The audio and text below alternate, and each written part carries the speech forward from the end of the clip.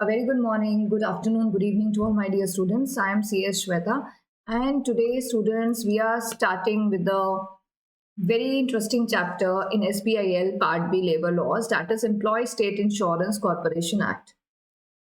So students, SBIL के part B में which is labour laws, उसमें एक आपका यूनिट है सोशल सिक्योरिटी लेजिस्लेशन, जिसमें ESIC है, EPF है, ग्रेचुटी है। तो ये बहुत ही इंटरेस्टिंग एक्ट्स हैं। आज हम इस ESIC के बारे में बात करेंगे। What is employ state insurance act talking about, right?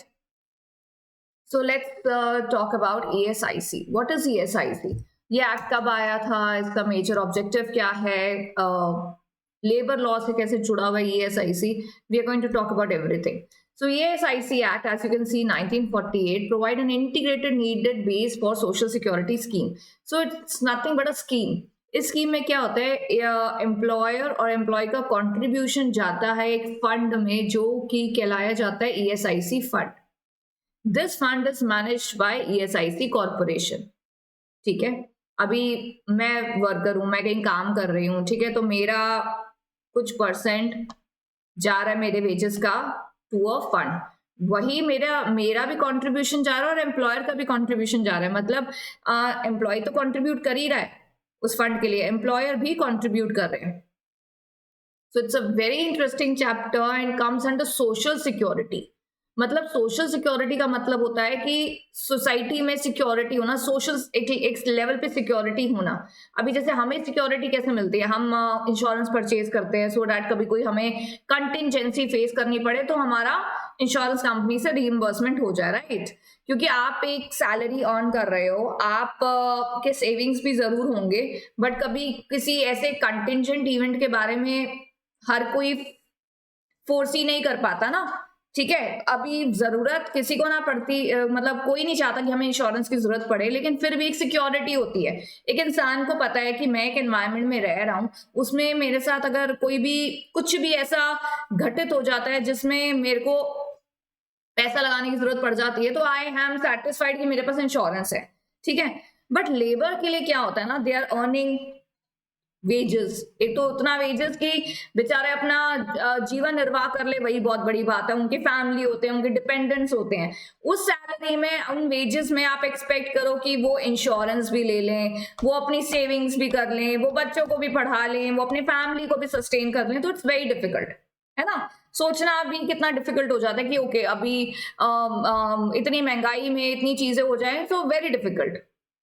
This was realized by our lawmakers back in 1948 and in fact before also कि एक ऐसा स्कीम होना चाहिए जिसमें एम्प्लॉय को सिक्योरिटी हो.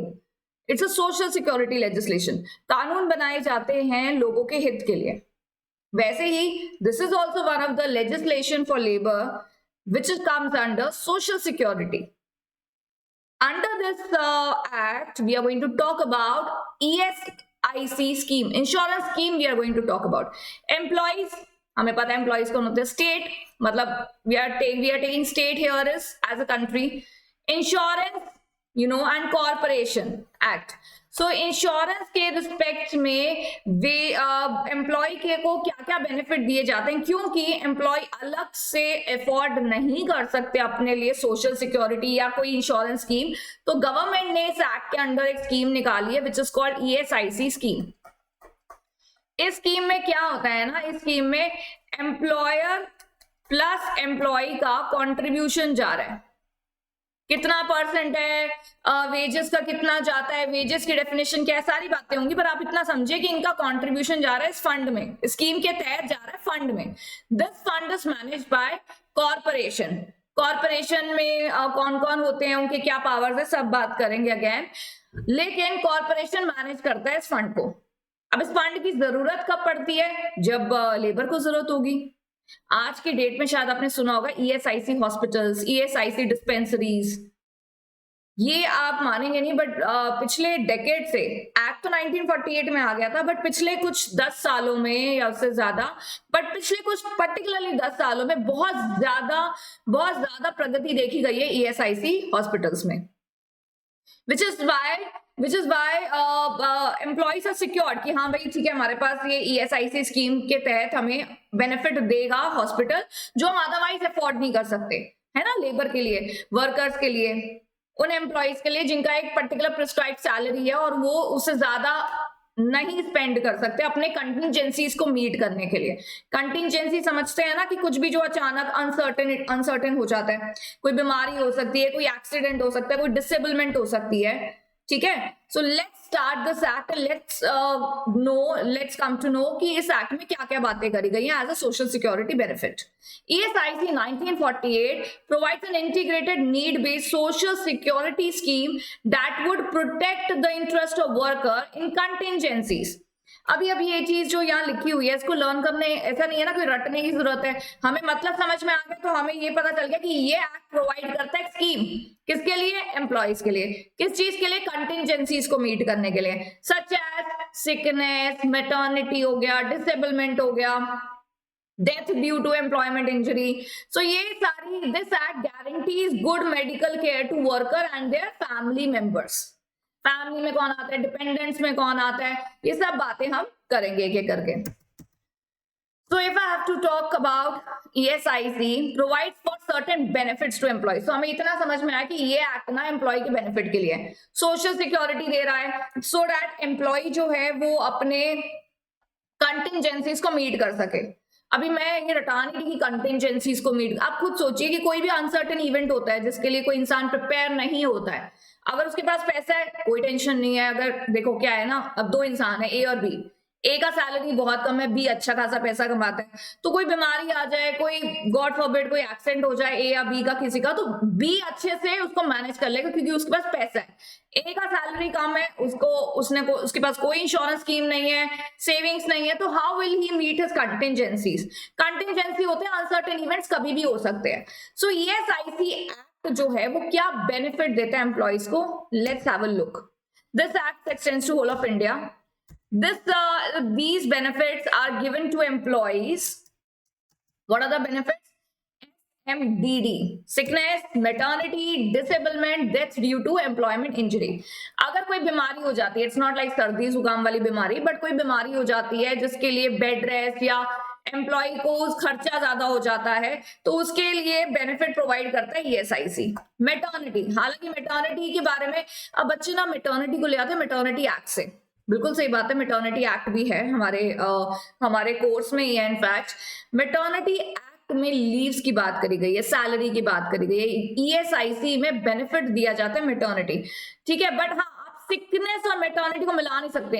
I am sick because I am on maternity, तो मैं दोनों ही बेनिफिट ले लूं, सिकनेस बेनिफिट भी ले लूं, मैटरनिटी भी ले लूं, ऐसा नहीं होता। डिसेबलमेंट का मतलब होता है somebody जिसके पार्शियल डिसेबलमेंट हुआ है, फुल डिसेबलमेंट हुआ है, टोटल डिसेबलमेंट जिसको बोलते हैं। तो डिसेबलमेंट का मतलब है the person is not earning to its capacity. किसी की डेथ हो गई है ड्यू टू एम्प्लॉयमेंट इंजरी, अब यहां लिखा है ड्यू टू एम्प्लॉयमेंट इंजरी, ठीक है। इसका मतलब कि अगर किसी वर्कर की, एम्प्लॉय की डेथ हो गई बट वो एम्प्लॉयमेंट इंजरी से नहीं हुई है, सो हो सकता है उसको ये बेनिफिट्स ना मिले, ठीक है। Section 1 subsection 3 बोलता है central government is empowered to enforce the provision of this act by notification to enforce different provision on different dates and for different states or different parts। तो सेंट्रल गवर्नमेंट के पास power है इस act को enforce करने के लिए अलग अलग स्टेट्स में। सेक्शन 1 सबसेक्शन 4 बोलता है that this act applies to all the factories other than seasonal। this act applies to all the factories जहां पे वर्कर काम कर रहे हैं। सेक्शन 1 सबसेक्शन 5 बोल रहा है Act empowers the appropriate government to extend the provision। अभी क्या है ना, यहाँ पे कह रहे हैं कि अगर किसी एस्टैब्लिशमेंट में 10 या 10 से ज्यादा लोग काम कर रहे हैं तो उस पर ये एक्ट लगेगा, ESIC एक्ट लगेगा। यहाँ कह रहे हैं अगर कोई ऐसी एस्टैब्लिशमेंट है जहां 10 से कम लोग काम कर रहे हैं तो उनके ऊपर नहीं लगेगा, बट अगर सेंट्रल गवर्नमेंट चाहे तो उनको 1 मंथ का नोटिस देके उन एस्टैब्लिशमेंट्स को ये एक्ट उनके ऊपर अप्लाई करवा सकती है, ठीक है। सेक्शन 1 सबसेक्शन 6 बोल रहा है it may be noted that factory or an establishment to which the act applies shall continue to be governed even if the number of person fall below the ceiling limit। that means एक establishment है, ठीक है, वहां पे 12 लोग काम करते हैं, ठीक है, तो ESIC एक्ट उनके ऊपर लग रहा है। सपोजिंगली अब 12 से हो गए 8 लोग, हो सकता है ना, 4 को निकाल दिया, कोई भी रीजन हो सकता है। 12 से हो गए 8, तो ये 8 वर्कर भी हो गए, लेकिन वंस एक बार आपके ऊपर ESIC एक्ट अप्लाई हो गया, so it will continue to be applied even if the number of person falls below the limit specified by और अंडर द एक्ट। ठीक है, तो हमें ये कुछ सेक्शंस है जो बेसिक्स बता रहे हैं एक्ट के बारे में, कि सेंट्रल गवर्नमेंट के पास पावर है, सारे फैक्ट्रीज पे लगता है 1 month notice, and then below the limit अगर चले भी गए नंबर ऑफ पर्सन तब भी एक्ट अप्लाई होता रहेगा। ठीक है ना, तो देखो ये हाईलाइटेड है, अगर आप इसको एक नजर में मारोगे तो आपको याद हो जाएगा कि हाँ ये सारी चीजें बात करी गई है। Next, important definitions. As we talk about definitions before act, so we need to understand appropriate government. Appropriate government means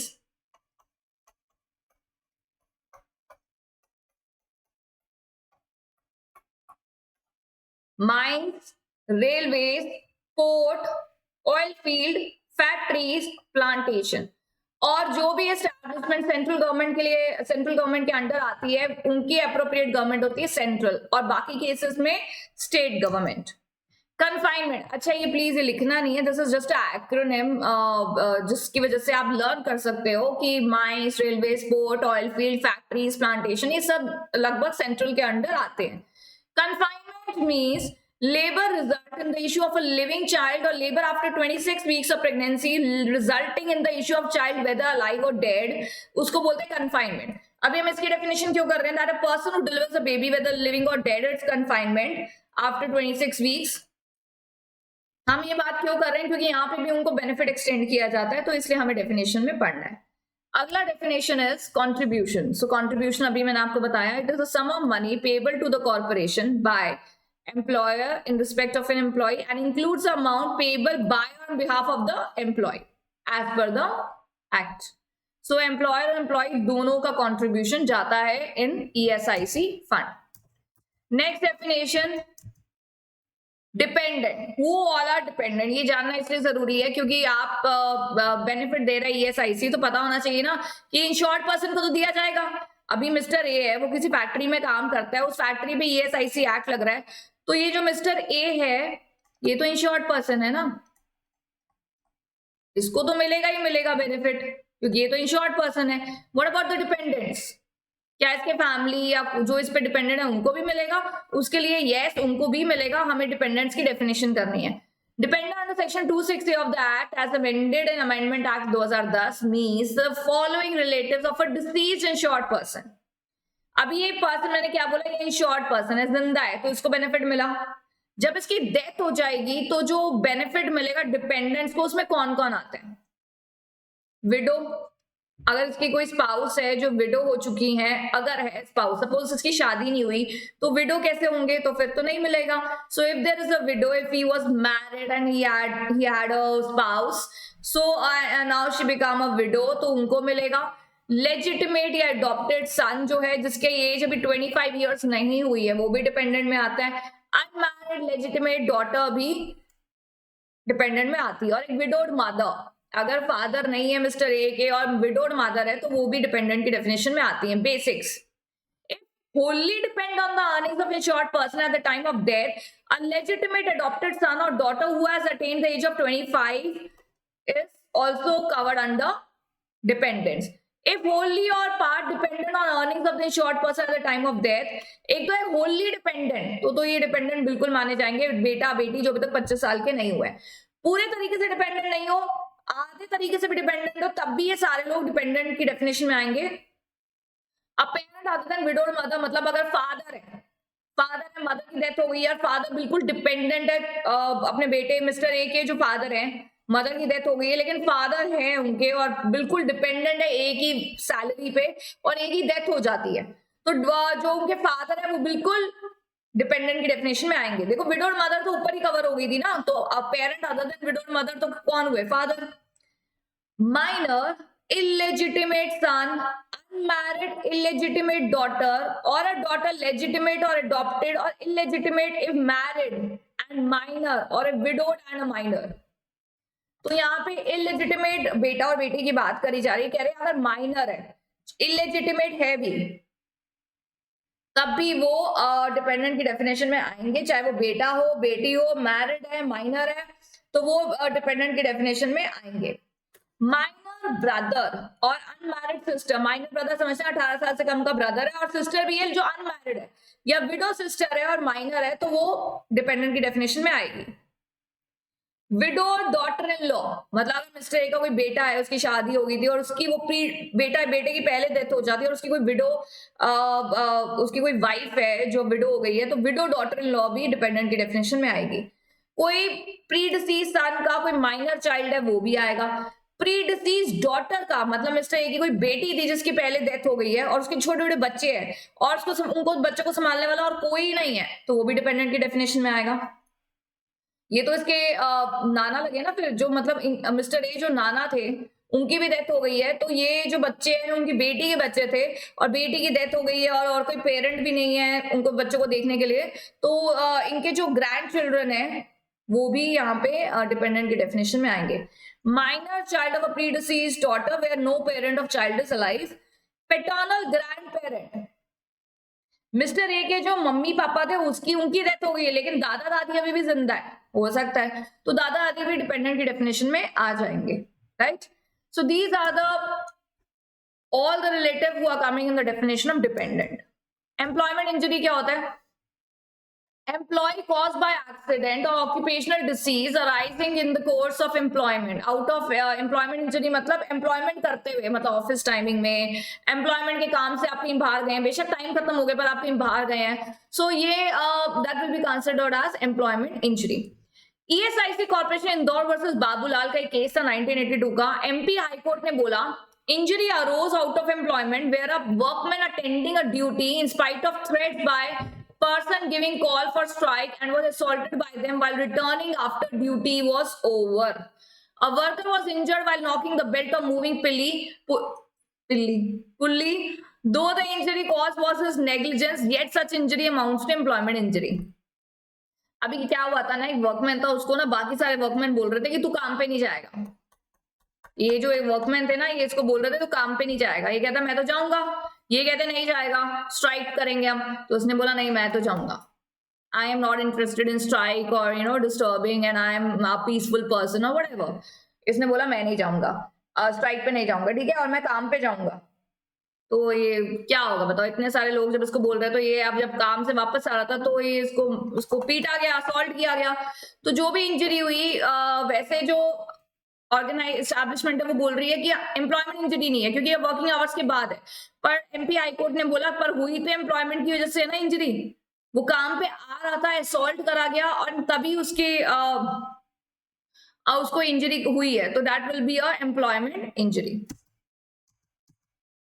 employ की डेफिनेशन में कौन कौन आता है? ये सारे एम्प्लॉय की डेफिनेशन में आते हैं। Employ state insurance act means any person who employed in connection of a work in a factory, चाहे जैसा भी काम हो, डायरेक्टली जिसको प्रिंसिपल एम्प्लॉयर ने अपॉइंट किया है टू एनी वर्क या इंसिडेंटल या प्रीलिमिनरी वर्क या कनेक्टेड विद एनी वर्क, जिसको इमीडिएट एम्प्लॉयर ने अपॉइंट किया, जिसको टेम्पररी लेंट या हायर करा गया प्रिंसिपल एम्प्लॉयर द्वारा, वो भी एम्प्लॉय की डेफिनेशन में आ रहा है। Includes any person employed for wages, चाहे फैक्ट्री की एडमिनिस्ट्रेशन या एस्टैब्लिशमेंट की एडमिनिस्ट्रेशन के लिए ही क्यों ना अपॉइंट करा गया हो, वो भी एम्प्लॉय की डेफिनेशन में आएगा। Not being an apprentice, apprentice आप लोगों के कोर्स में है अप्रेंटाइज एक्ट। अप्रेंटाइज सुनते ही हमारे दिमाग में एक शब्द आता है training, right, but it's not like regular training, it's like the apprentice who comes under apprentice act, वो इस एक्ट की डेफिनेशन में नहीं आएंगे, ठीक है। Also does not include any member of Indian naval, military or air force, any person जिसका wages exceed the wages as prescribed by state government, central government। अगर उस prescribed wages से ज्यादा आपकी wages है तो आपको ESIC एक्ट के अंडर आने की जरूरत नहीं है, आपके ऊपर अप्लाई नहीं होता, right? Then we have exempted employee, नाम से ही पता चल रहा है this employee is not liable under act to pay contribution as per ESIC act।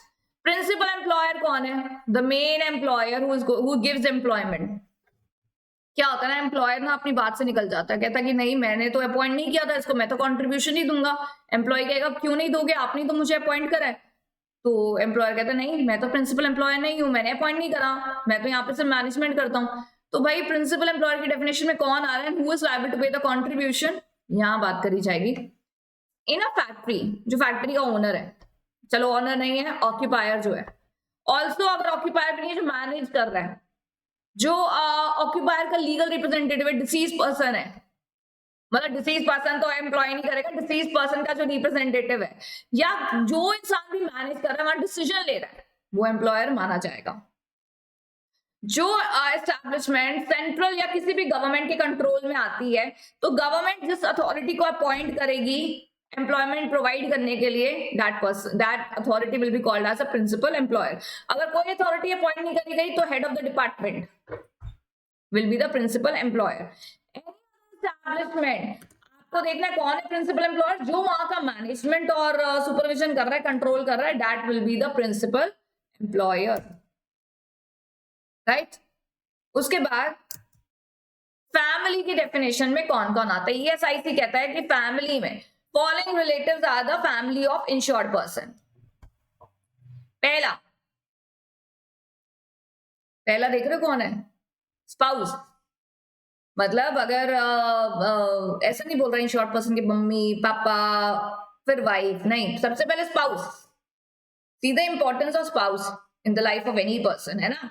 Family में सबसे पहले स्पाउस, माइनर लेजिटिमेट या अडॉप्टेड चाइल्ड जो इंश्योर्ड पर्सन के ऊपर डिपेंडेंट था, child who is only dependent on the earnings of the insured person, receiving education till he attains the age of 21 years, unmarried daughter is the family, a child who is infirm by reason of any physical or mental abnormality का suppose कोई ऐसा child है जो वैसे तो बोल रहे 21 साल तक वो ये इंश्योर्ड पर्सन का बेनिफिट लेगा, बट अगर वो इंसान बच्चा एबनॉर्मल है या उसको कोई फिजिकल मेंटल इंजरी है, तो जब तक वो ठीक नहीं हो जाता या ठीक होने का अगर गुंजाइश नहीं है, तो लाइफ टाइम के लिए वो फैमिली और डिपेंडेंट रहेगा।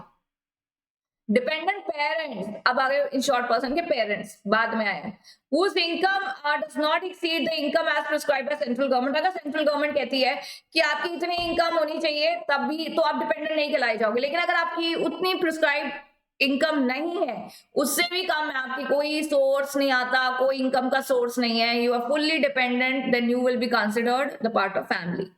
इन case insured person is unmarried and his parents are not alive, तो माइनर, देखो सबसे पहले जो इंपॉर्टेंस दी गई है वो वाइफ को दी गई है, स्पाउस को। बेसिकली मैं वाइफ नहीं बोलूंगी क्योंकि इंश्योर्ड पर्सन फीमेल होगी, तो spouse will be her husband, right. Spouse को मेजर वो दी गई है अथॉरिटी, देन बच्चों को दी गई है, देन पेरेंट्स, एंड उसके बाद बोल रहे हैं कि सपोज शादी नहीं हुई है, पेरेंट्स भी जिंदा नहीं है, तो ब्रदर सिस्टर की बात आती है जो होली डिपेंडेंट है upon the earnings of insured person.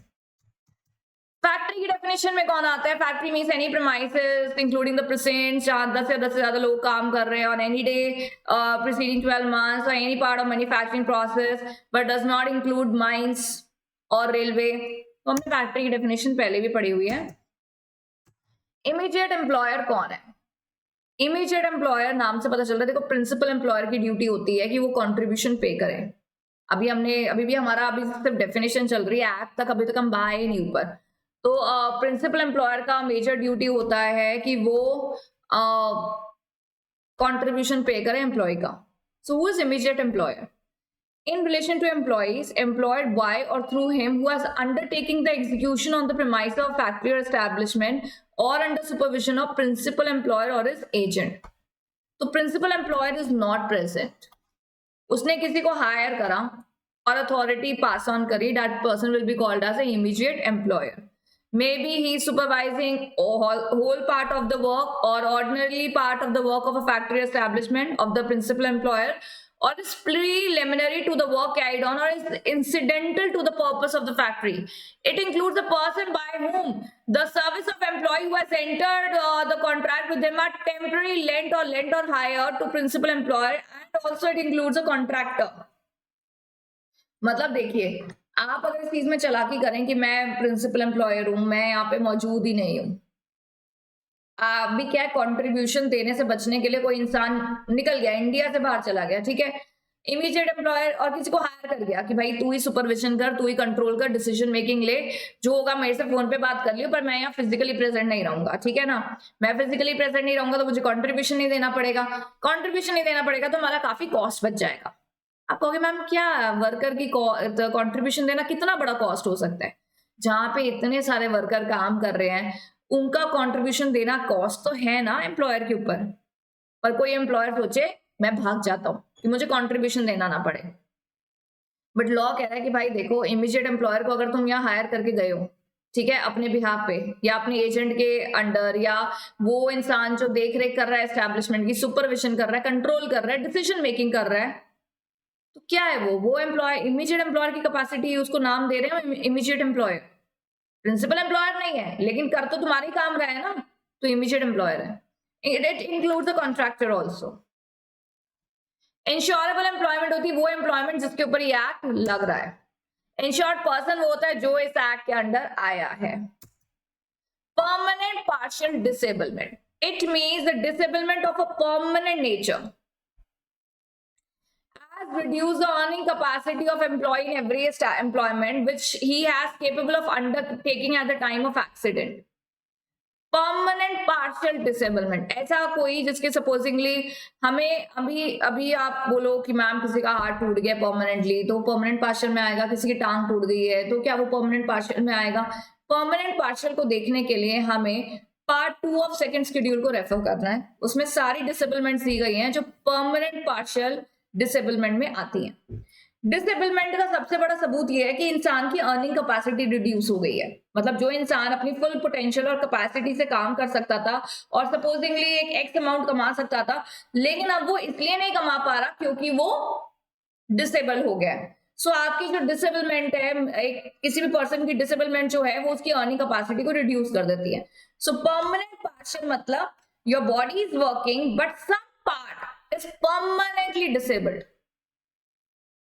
अभी जैसे सपोजिंगली एक पर्सन का ना बोलने का काम है, वो रेडियो जॉकी है, एग्जाम्पल ले रही हूँ, ठीक है। अभी उसके पैर नहीं चलते तो पैरों का काम भी नहीं है रेडियो जॉकी में, तो उसकी अर्निंग कैपेसिटी रिड्यूस हो गई? बताओ, उसकी अर्निंग कैपेसिटी रिड्यूस हो गई? बिल्कुल भी नहीं। वो मुंह से बोल रहा है, हाथों से काम कर रहा है, उसके पैर नहीं चल रहे, व्हीलचेयर पे आ रहा है, पर उसकी अर्निंग कैपेसिटी रिड्यूस नहीं हो रही है। सो अर्निंग कैपेसिटी देखना बहुत जरूरी होता है डिसेबलमेंट में। परमानेंट पार्शियल डिसेबलमेंट कौन कौन सी होती है वो आप सेकंड शेड्यूल के पार्ट 2 में रेफर करा हुआ है, ठीक है। Then we have a total permanent total disablement. It means disablement of permanent nature, क्योंकि परमानेंट शब्द तो आ ही रहा है ना। अभी सपोज किसी का हाथ फ्रैक्चर हो गया, हेयरलाइन फ्रैक्चर है, कम ज्यादा फ्रैक्चर है, या बेड रेस्ट पे बोला गया, बट ठीक हो जाएगा हाथ, तो ये टेम्पररी डिसेबलमेंट हुई ना, परमानेंट नेचर की तो नहीं हुई। तो परमानेंट नेचर की कोई डिसेबलमेंट है जिससे as incapacitates an employee for all the work which he was capable of.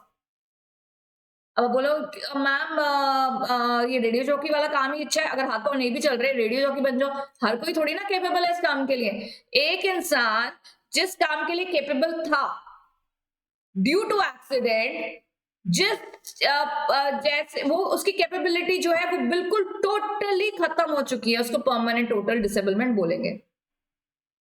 Partially खत्म हुई है तो परमानेंट पार्शियल डिसेबलमेंट बोलेंगे।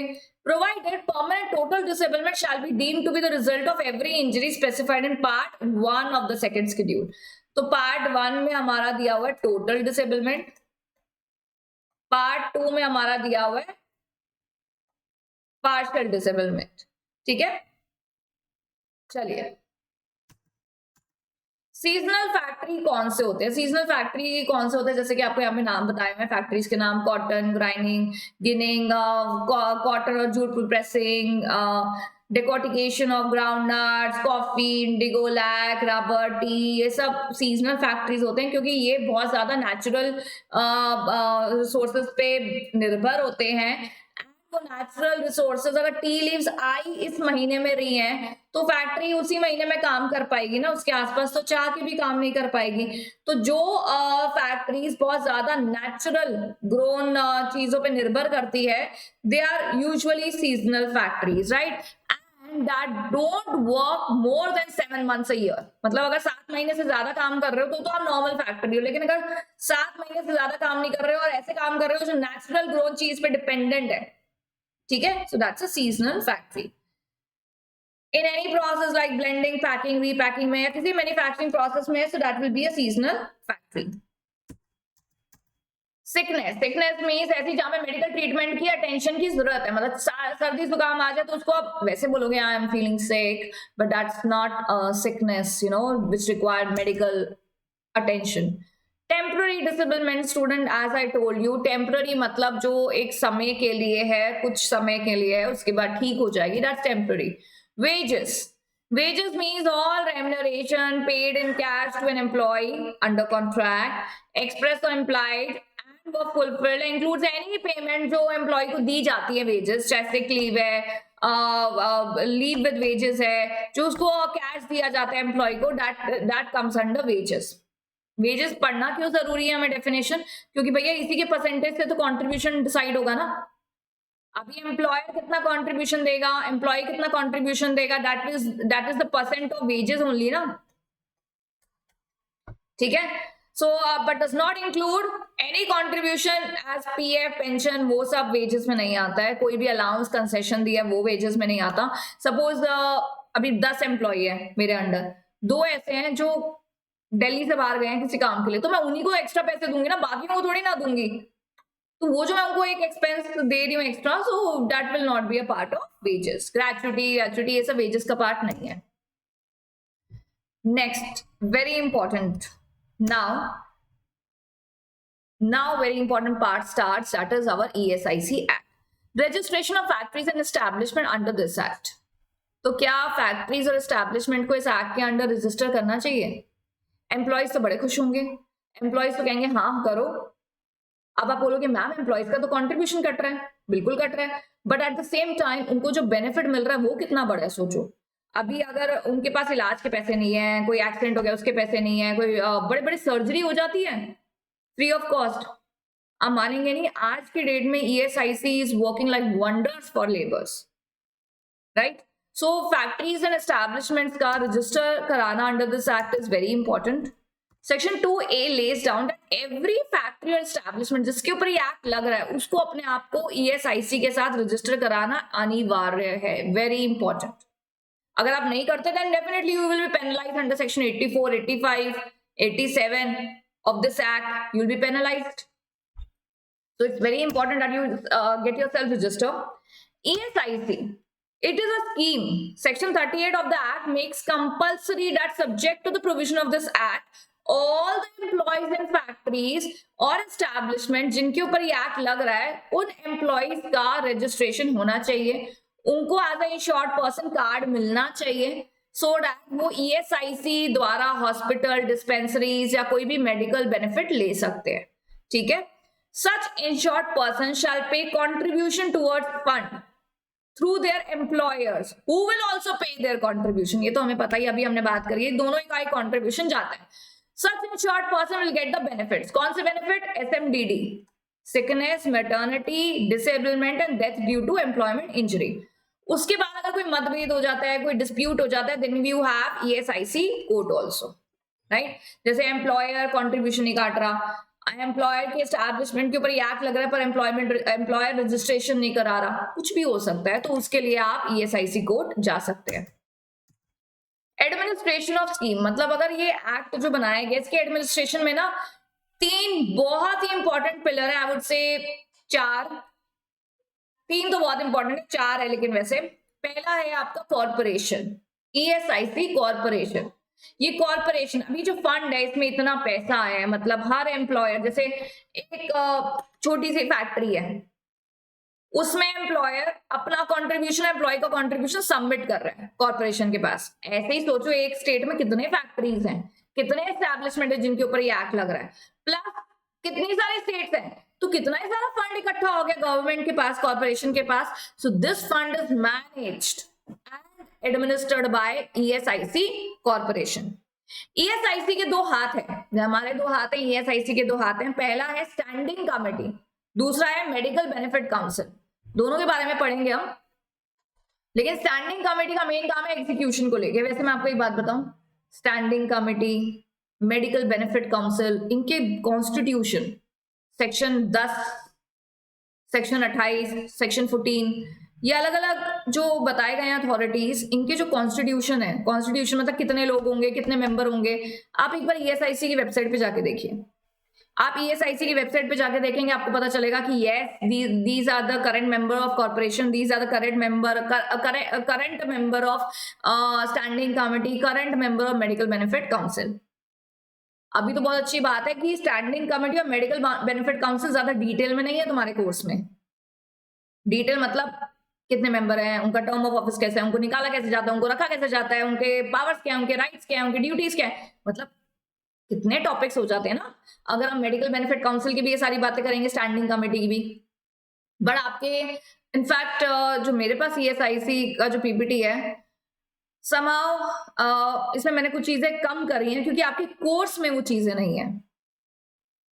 Be happy about it. अच्छा ये नहीं है लर्न करना कम हो जाएगा क्योंकि वो टेक्निकल चीजें थी, स्टैंडिंग कमेटी के कॉन्स्टिट्यूशन, मेडिकल बेनिफिट काउंसिल के कॉन्स्टिट्यूशन, तो सिर्फ कॉर्पोरेशन का कॉन्स्टिट्यूशन है तुम्हारे कोर्स में।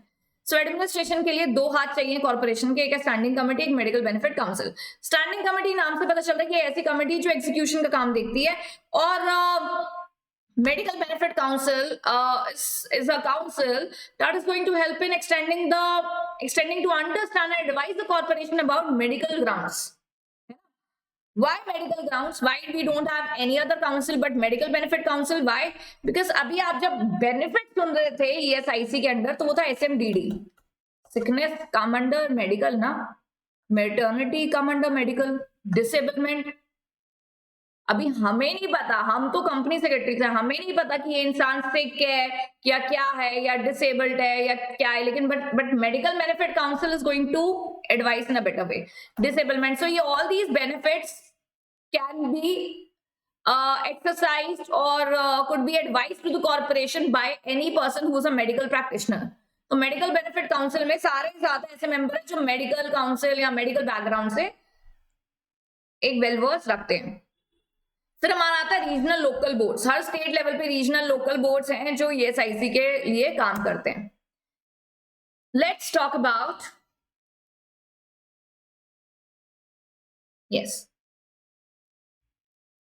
let's talk about corporation first. Section 3 of the act talks about ESIC corporation by central government। तो कॉर्पोरेशन को किसने बनाया है? सेंट्रल द्वारा बनाया गया है, ठीक है ना, for administration of ESIC scheme. तो बहुत बढ़िया स्कीम है। पहले तो आपको ये सोचना चाहिए कि अरे बहुत बढ़िया स्कीम है। जैसे ESIC का नाम सुने ना, आपको 2-3 शब्द माइंड में आने चाहिए कि भाई एक स्कीम है, गवर्नमेंट ने बनाई है, सेंट्रल गवर्नमेंट ने। इस स्कीम के तहत हर एस्टैब्लिशमेंट का जो एम्प्लॉयर है वो हर एम्प्लॉय के लिए कंट्रीब्यूशन पे करेगा, जिसके तहत एम्प्लॉयज को दिया जाएगा ESIC कार्ड। अब ये कार्ड दिखा करना ये लोग उस हॉस्पिटल्स में जा सकते हैं इलाज के लिए जो ESIC के अंडर आता है। सच अ ग्रेट बेनिफिट ना, क्योंकि एक इंसान का सारा सेविंग्स, ऐसा भी हमें सुनने को मिलता है, सारा सेविंग्स बीमारी में निकल गया, सारा सेविंग्स एक्सीडेंट में निकल गया, सारा सेविंग्स किसी सर्जरी में निकल गया। बट यहाँ देखो कितना बड़ा बेनिफिट है, राइट। तो अगर कोई ESIC में आ रहा है तो उसको तो इस चीज का बेनिफिट बहुत बढ़िया मिलता है, और आज की डेट में बहुत ज्यादा, मतलब अगर आप ESIC के स्टैटिस्टिक्स देखेंगे जो मैंने अभी रिसेंटली आई थिंक पिछले हफ्ते देखे थे, काफी ग्रोथ देखी गई है। So I think this is, if ये बोला जाता है ना, strong pillars of the nation could be you know people who are with strong backgrounds and strength. तो आपको हेल्थ से ही आएगी ना। अगर देश में कानून कुछ उन लोगों के लिए कुछ नहीं करेंगे जो जिनको हेल्थ मेडिकल अटेंशन चाहिए, तो देश कैसे ग्रो करेगा? आप समझिए ना। तो हमारे देश को, हमारे लॉ मेकर्स को सोचना पड़ेगा, क्योंकि अगर इल हेल्थ या सिकनेस फैली रहेगी और उसका कोई इलाज ही नहीं होगा, so how the nation will grow, right. And sickness, accident, ये सब तो कंटिंजेंसीज है। और जैसे जैसे आप देखिए जो जो बीमारियां पहले, मतलब अगर हम बहुत पुराने जमाने में जाएं तो इतनी बीमारियां होती ही नहीं थी। आज के डेट में देखो, you have pollution, environmental pollution, कितनी ऐसी चीजें हैं जो लोगों के कितने मेडिकल कंसर्न्स हो जाते हैं, राइट। पर लेबर कहाँ जाएगा? जो आपके हमारे जैसे ऑफिसर्स है जो अच्छे अच्छे पोजीशन में है कंपनी में, हम तो अपने इंश्योरेंस ले लेते हैं, बट व्हाट अबाउट लेबर? तो उनके लिए है ESIC, right, which is working very good. So corporation is headed by central government, established by central government for administration of this scheme in accordance with the provision of the act। थोड़ी language पे भी ध्यान दीजिएगा, ठीक है? ऐसा नहीं, बच्चे पता क्या लिखते हैं, central government make ES corporation and it follows ESIC Act 1948. It follows. Instagram पे follow नहीं करना भाई, थोड़ा language in accordance with the provision of the act. See how the language is written here. So if you think कि हम answer तो लिख देते हैं but we are not getting good marks, so the reason behind is your language. तो ध्यान से read करिए, एक आधा आंसर लिख के करिए. और वैसे भी आप बहुत सारे एक्ट में ये बातें सुनेंगे ना, according with the provision, particular section provides for, particular section empower, ऐसे शब्द सुनेंगे ना तो अपने आप लिख लेंगे, बट लिख के प्रैक्टिस जरूर करना है. Such corporation shall be body corporate perpetual succession common seal and be can be sued by in his name. तो कॉर्पोरेशन का अपना कॉन्स्टिट्यूशन है and corporation is legal entity, properly it can sue and be sued also. अच्छा एक बात सुनिए, ये जो कॉर्पोरेशन है ESIC कॉर्पोरेशन, ये मैनेज कर रही है फंड को, ठीक है. तो इनके जो लोग हैं कॉर्पोरेशन में, कितने लोग हैं, ये सब की अपॉइंटमेंट सेंट्रल गवर्नमेंट ही देखती है, राइट. सो इनको भी, इनके ऊपर भी केस हो सकता है कॉर्पोरेशन के ऊपर कि अगर इन्होंने कुछ भी घपला करा, जहां पैसा दिखता है वहां पे घपला तो हो सकता है ना. So these officers, public officers can be accountable. कौन है कॉर्पोरेशन का हिस्सा? What is the constitution? Central government appoints a chairman,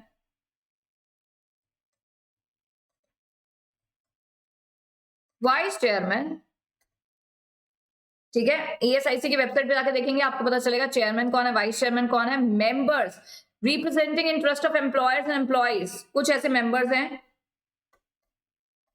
of employers जो एम्प्लॉयर्स को रिप्रेजेंट कर रहे हैं, उनके कमिटीज से लिए जाते हैं. कुछ मेंबर्स ऐसे हैं जो एम्प्लॉइज को रिप्रेजेंट करते हैं, मतलब ऐसी संस्था से हैं जो एम्प्लॉइज को रिप्रेजेंट करते हैं.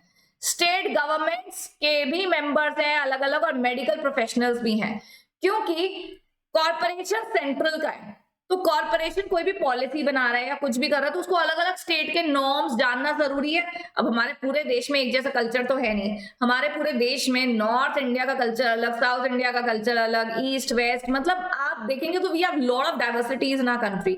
सो every state has a member which is present in the as a member of a corporation. कि जब भी ESIC के रिस्पेक्ट में कोई प्रिंसिपल, लॉ, रूल्स बनते हैं, so everybody has an equal say, right? 3 members of parliament, MP भी है, and director general of the corporation are the ex officio member. तो जो डायरेक्टर जनरल है इस कॉर्पोरेशन के, they are as ex officio of the corporation. तो corporation में कौन कौन है भाई? कॉर्पोरेशन में मैम चेयरमैन है, वाइस चेयरमैन है, एम्प्लॉयर्स के रिप्रेजेंटेटिव है, एम्प्लॉइज के रिप्रेजेंटेटिव है, फिर स्टेट्स और यूनियन टेरिटरीज के भी रिप्रेजेंटेटिव्स हैं, फिर मेडिकल प्रोफेशन के भी रिप्रेजेंटेटिव्स हैं, एंड हमारे यहाँ पे 3 मेंबर्स ऑफ पार्लियामेंट भी है. और डायरेक्टर जनरल जो है कॉर्पोरेशन का, वो तो एज एक्स ऑफिशियो मेंबर है. So if you get a question regarding the constitution of ESIC, you should remember all these people. ठीक है. तो हमें कैसे याद रखना? Chairman, vice chairman, they are appointed by central government, right. Then you have employer employee के representative, states के representative, union territories के रिप्रेजेंटेटिव, 3 MP मेडिकल प्रोफेशन के representatives, and director general as a ex officio member, right. So ये जो fly कर गया है, I hope तुम्हारे दिमाग से फ्लाई नहीं करा गया एंड तुम्हें याद है अच्छे से, और ये बहुत जरूरी है याद करना, वेरी इंपॉर्टेंट. ठीक है. देखो अब टीचर बोलती है ना वेरी इंपॉर्टेंट, इसका मतलब ये है कि यही क्वेश्चन आएगा, लेकिन आ सकता है. ऐसा होता है देखो हमारे उसमें बोलने पे कि कुछ चीजें होती हैं जो जिसके probability is higher to come, right. Power and duties of corporation, ये तो जानना जरूरी है ना. अभी जितना हमें टीचर ने बताया, और अगर हम नहीं भी पढ़ते तो हमें इतना तो समझ में आया कि ये कॉर्पोरेशन ही फंड को मैनेज करता है, ये कॉर्पोरेशन ही सारे डिसीजन मेकिंग करता है. इस कॉर्पोरेशन में इतने सारे लोग हैं तो ये सारे मिलके ही लॉ मेकिंग प्रोसेस करते हैं with respect to ESIC Act. Okay, they are empowered under ESIC Act. Section 90 empowers, क्योंकि empowers का मतलब क्या है? Section 19 पावर दे रहा है कॉर्पोरेशन को to promote the scheme, measure the health and welfare of insured person, for rehabilitation and re-employment of insured person who have been disabled or injured and incur such a measure expenditure from the funds of corporation. So corporation ना limits बनाता है कि देखो अगर तुम्हें ये हो गया तो तुम इतना पैसा ले सकते हो, तुम ये हो गया तो तुम्हें इतना डिसबर्समेंट मिलेगा कॉर्पोरेशन की तरफ से. कॉर्पोरेशन कहता है कि इंश्योरेंस तक तो ठीक है। अब इंश्योरेंस मतलब ये नहीं है कि तुम अपने आप को बीमार ही कर दो कि हमें तो पैसा आ जाएगा, नहीं, आपकी रिहैबिलिटेशन, कोई डिसेबलमेंट हो गई है तो दोबारा से जॉब दिलाना, रीएम्प्लॉयमेंट, इन सब के लिए एडवर्टाइज करना अबाउट ईएसआईसी, ये सब के लिए कॉर्पोरेशन के काफी पावर्स एंड ड्यूटीज है। बाकी क्या क्या कॉर्पोरेशन के पावर्स है, 19 और 29 को मेजरली याद रखिए। 29 के पावर्स हैं, they hold movable immovable property. अभी फंड का जो पैसा आता है तो इस फंड के पैसे से कॉर्पोरेशन क्या करता है, कोई मूवेबल प्रॉपर्टी लेनी है, कोई जमीन लेनी है जहां हॉस्पिटल बनाना है, कोई इमूवेबल प्रॉपर्टी लेनी है, ले सकते हैं। ये जो पैसा है ना इनके पास, कॉर्पोरेशन ही फंड को मैनेज कर रहा है ना, देखो कॉर्पोरेशन, और पैसा कहाँ है सारा, ईएसआईसी फंड। तो कॉर्पोरेशन ही फंड को मैनेज कर रहा है, तो उसको पैसे को इन्वेस्ट करना, री इन्वेस्ट करना, लोन्स रेज करना, डिस्चार्ज करना, लोन्स को खत्म करना, कोई बेनिफिट देना किसी स्टाफ को, इनफैक्ट सैलरीज देना, ये सब कॉर्पोरेशन ही डिसाइड करता है। The powers under section 89 will be subject to the condition by central government. Then what is in the box next, we have appointment of regional boards। अभी regional board आ गया है, लेकिन corporation appoint regional boards, local committee of region under regional and local benefit councils and your standing committee, ये सब किसके under आते हैं, हमारे कॉर्पोरेशन के under. Now let's talk about the wings of corporation. Wings of corporation मैंने आपको बताया था, कॉर्पोरेशन के दो हाथ, वैसे यहाँ पे तीन के बारे में बात करेंगे लेकिन मेजरली दो हैं। देखिए टेक्निकली तीन ही है मतलब, लेकिन ज्यादा बात यहाँ पे दो के बारे में करी गई है, standing committee and medical benefit council. Standing committee section 8, section 10, section 25। तो ये अगर आप ये स्लाइड देखेंगे, आपको जब आपको ये स्लाइड मिलेगी नोट्स में, तो आप ये देखेंगे, आप जब रिवाइज कर रहे होंगे ना, this slide is really going to help you. देखते ही याद आ जाएगा। 8, 10, 25, 8 में स्टैंडिंग कमेटी है, medical benefit council and regional boards. So standing committee का is a statutory executive organ of corporation. Members are drawn from the main body, क्योंकि देखो आपके कोर्स में स्टैंडिंग कमेटी का मेन कॉन्स्टिट्यूशन नहीं है, लेकिन आप ज्यादा बात नहीं करेंगे कितने मेंबर्स होते हैं, पर इनके ईएसआईसी कॉर्पोरेशन से मेंबर्स ड्रॉ करे जाते हैं स्टैंडिंग कमेटी में। जैसे आप और मैं, मतलब आप और मैं, मेरे साथ बहुत सारे, मेरे 50 स्टूडेंट्स मेरे सामने बैठे हैं, अभी कोई इवेंट ऑर्गेनाइज करना है तो हम सबने प्लानिंग तो कर ली, मैंने 50 स्टूडेंट्स के साथ प्लानिंग करी है, पर एग्जीक्यूशन के लिए मैंने सिर्फ 10 बच्चों को उठाया है। 50 के 50 थोड़ी ना एग्जीक्यूशन में लग जाएंगे, प्लानिंग सब कर रहे हैं, सबकी रजामंदी से सब चीजें हो रही हैं, कहाँ जाएं, क्या खाने का ऑर्डर करेंगे, कैसे रिटर्न गिफ्ट होंगे, हम सब इकट्ठा प्लानिंग कर रहे हैं, बट एग्जीक्यूशन का काम मैंने इन आप में से ही 10 लोगों को दिया है। सो स्टैंडिंग कमेटी में कॉर्पोरेशन के ही मेंबर्स होते हैं। देन मेडिकल बेनिफिट काउंसिल का मेन काम क्या है, एडवाइजरी बोर्ड। अच्छा ये एग्जीक्यूटिव ऑर्गन है, तो ये क्या एडवाइजरी बोर्ड, तो ये क्या करता है, एडवाइस करता है कॉर्पोरेशन को from time to time under ESIC scheme. Then we have regional local board, local benefit council, इनके पास पावर्स होती है अंडर रेगुलेशन, हर किसी पर्टिकुलर रीजन में, किसी पर्टिकुलर जगह पे इनका ज्यूरिसडिक्शन होता है जहां पे ईएसआईसी मैनेज करा जाता है, right. So these are the three wings of the ESIC corporation. Standing committee और MBC के बारे में सुनते हैं। Standing committee, the act provides for constitution, हालांकि ज्यादा बात करी नहीं गई है। Power of standing committee है to administer affairs of the corporation and may exercise the powers given by the corporation। मतलब जितना भी execution का काम होता है standing committee करती है। It acts as the executive body for administration of corporation। MBC का क्या काम है, ये क्या है, इनको पावर दी गई है सेक्शन 10 में, ये सेक्शन 8 अभी पीछे वो चार्ट में आपको दिख गया होगा। इनका काम क्या है, दे advise the corporation and standing committee on matters of medical benefit. They have the powers and duties of investigation. कई इंसान झूठ तो नहीं बोल रहा, मुझे ये बीमारी हो गई है, मैं डिसेबल हो गई, देखो मेरा हाथ नहीं चल रहा, तो medical benefit council before extending any benefit can do the investigation as and when required. जरूरी नहीं है हर बार, पर अगर कोई जरूरत पड़ती है तो perform other duties with respect to medical treatment, attendance of the person etcetera. मतलब काउंसिल देखता है कि कौन से मेडिकल प्रैक्टिशनर्स को रखा जाए, कौन किसकी क्या क्वालिफिकेशन है, कौन से हॉस्पिटल्स में कैसे कैसे स्टाफ है, उनकी क्वालिफिकेशन क्या होनी चाहिए। So MBC has all those roles to play. अब आ जाता है हमारा फंड। फंड जो बहुत ज्यादा जरूरी है। फंड को मैनेज कौन करता है, शुरू में ही हमने बता दिया था, एडमिनिस्टर्ड बाय कॉर्पोरेशन। सारा कंट्रीब्यूशन जो होता है ना वो इसी फंड में जाता है, एम्प्लॉयर का भी और एम्प्लॉय का भी।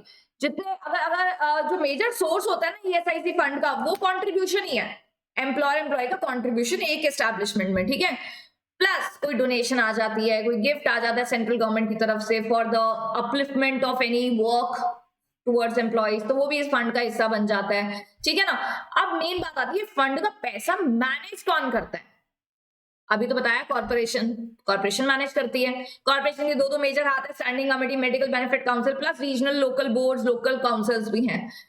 उसके बाद ये पैसा यूज कहाँ होता है। अभी इतना अंधा पैसा दे के कॉर्पोरेशन सोचेगा कहाँ पे पैसा लगाया जाए, तो ऐसा नहीं है, पैसा लगाने के बहुत सारे पर्पस है। So section 28 is talking about the purpose.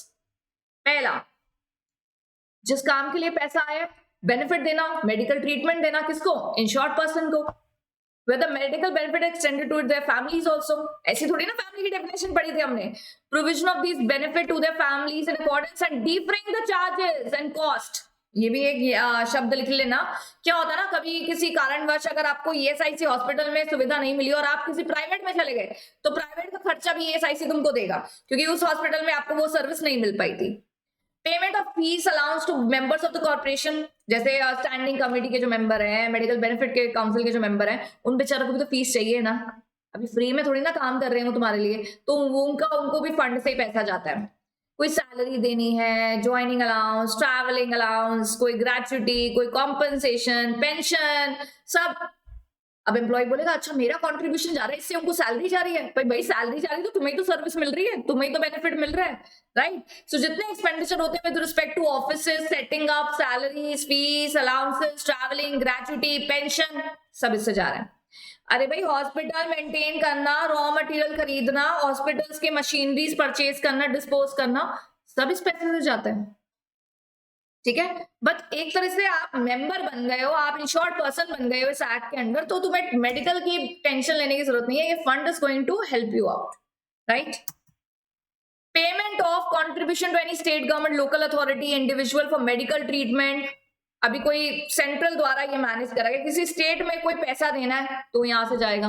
डिफरेंग the cost of auditing, corporation की भी तो ऑडिट होगी, उसकी जो फीस जाएगी इसी अकाउंट से जाएगी। डिफरेंग फॉर ईएसआईसी कोर्ट, तो ईएसआईसी कोर्ट को जो पैसा जाएगा वो भी, सपोज कोर्ट में कोई पेंडिंग स्यूट है, उसके लिए कोई लीगल प्रैक्टिशनर तुमने हायर करा, तो ईएसआईसी फंड से जाएगी उसकी फीस।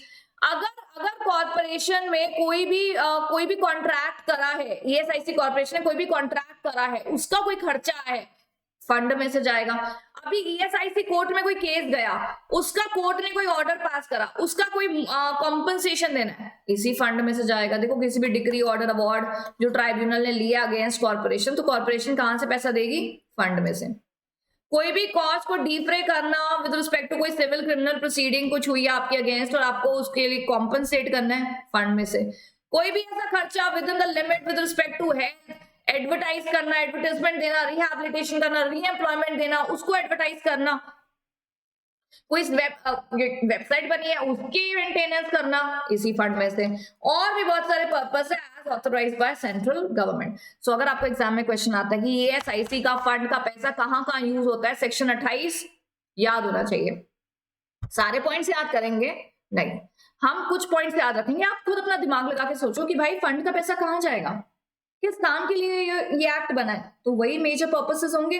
तो अगर आप थोड़ा सा अपने you'll take it on you कि फंड का पैसा, अगर मैं कॉर्पोरेशन का हिस्सा हूं तो फंड का पैसा कहां का यूज करूंगा, तो ये सारे आपको सारे याद नहीं करने, but depends on the marks. 5 number का क्वेश्चन आता है तो हम लिख पाएंगे 5 पॉइंट्स, ठीक है। थोड़ा कॉर्पोरेशन का आपने इंट्रोडक्शन दिया, देन आपने फंड को लिखा कि फंड कहां का इस्तेमाल होता है।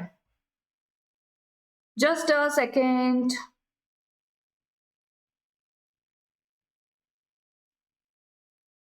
yes, so we have 3-4 more slides and then our chapter will be done। वैसे भी सोशल सिक्योरिटी लेजिस्लेशन का पार्ट है और मार्किंग में जरूरी नहीं आएगा ही आएगा, बट अगर आता भी है तो भी हमें पूरा चैप्टर अच्छे से हो गया है। कॉन्ट्रीब्यूशंस की बात आती है जो कब से हम सुन रहे हैं। कॉन्ट्रीब्यूशन 2 का आता है, 1 is the employer, 1 is the employee. 3.25% and 0.75% ये देता है एम्प्लॉयर, ये देता है एम्प्लॉय। इनका एक समय होता है, स्टूडेंट्स ऐसा नहीं होता हर महीने देना होता है, बट एक मंथ होता है जिसमें आप पूरा कंट्रीब्यूशन पे करते हो, एज अ ईयरली भी होता है, क्वार्टरली भी करा जाता है, that depends. Contribution must be deposited within due date. One shall not pay deposit online after 42 days। मतलब जैसे तो देखो पहले क्या होता था, ऑफलाइन ही पे करना होता था, लेकिन आज की डेट में आप ईएसआईसी पोर्टल के थ्रू भी पे कर सकते हो फंड को, जो अपने कंट्रीब्यूशन को। प्लस अगर ऑनलाइन पे करने की डेट खत्म हो गई तो 42 डेज भी खत्म हो गए तो आप ऑनलाइन पे नहीं कर पाओगे। Employee who salary per day is 176, वो एग्जेम्प्टेड है, उसको देना ही नहीं कंट्रीब्यूशन। अगर उसकी सैलरी 176 रुपीज से कम है तो उसको अपना कंट्रीब्यूशन नहीं देना पड़ेगा, सिर्फ एम्प्लॉयर देगा। Employer is required to file monthly contribution online through ESIC portal on a monthly basis in respect of all employees. So monthly contribution आप pay कर सकते हो online through ESIC portal. Through this, the employer has to file employee wise number of days, कितने दिन काम कर रहा है उसने और इसका इतना contribution है, उसकी इतनी wages है, इसका percent इतना है and I am paying, right? The total amount of contribution both by employer and employee, अगर आपको physically जाना है तो आप SBI में वो through चालान आप पे कर सकते हो कंट्रीब्यूशन अपने एस्टैब्लिशमेंट के लिए। कंट्रीब्यूशन एसबीआई के इंटरनेट बैंकिंग से भी पे कर सकते हैं, राइट? आज की डेट में तो वैसे भी ऑनलाइन पे करना is like more convenient. Principal employer to pay contribution कौन देगा? प्रिंसिपल एम्प्लॉयर ही देगा, लेकिन अगर प्रिंसिपल एम्प्लॉयर नहीं है तो इमीडिएट एम्प्लॉयर दोनों का कंट्रीब्यूशन देगा, एम्प्लॉयर का भी और एम्प्लॉय का भी। मतलब एम्प्लॉय का तो डिडक्ट करके देगा ना, of course. Provided any sum deducted by principal employer from wages shall be deemed to have been entrusted by the employee for the purpose of paying the contribution, the principal employer shall bear the expense of remitting the contribution to the corporation। इसका मतलब कि अभी employer की तरफ से कोई person जा रहा है एसबीआई बैंक, वहां पे कर रहा है, तो आने जाने का जो भी खर्चा वर्चा होता है वो सारे खर्चे कौन उठाएगा? एम्प्लॉयर। एम्प्लॉय का सिर्फ 0.75% कट रहा है, ठीक है। Recovery of contribution from immediate employer, section 41 कहता है principal employer who has paid contribution respect of employee through immediate employer shall be entitled to recover the amounts वो paid from the immediate employer. इसका क्या मतलब है? Principal employer की बाहर बैठा है, ठीक है, वो कह रहा है कि मैं फंड का पैसा भर रहा हूँ, अभी इमीडिएट एम्प्लॉयर सारे डिसीजन ले रहा है एस्टैब्लिशमेंट में बैठ के, तो इमीडिएट एम्प्लॉयर से रिकवर करेगा ना कि भाई जो भी पैसा आया उसको मेरे को रेमिट करो और मैं यहाँ पे ऑनलाइन पे कर देता हूँ कंट्रीब्यूशन, ठीक है। सो इनफैक्ट अगर प्रिंसिपल एम्प्लॉयर कंट्रीब्यूशन पे कर रहा है तो वो किससे रिकवर करेगा? इमीडिएट एम्प्लॉयर से, क्योंकि सारे डिसीजन मेकिंग तो वही कर रहा है ना अभी प्रिंसिपल एम्प्लॉयर के बिहाफ पे। Method of payment of contribution,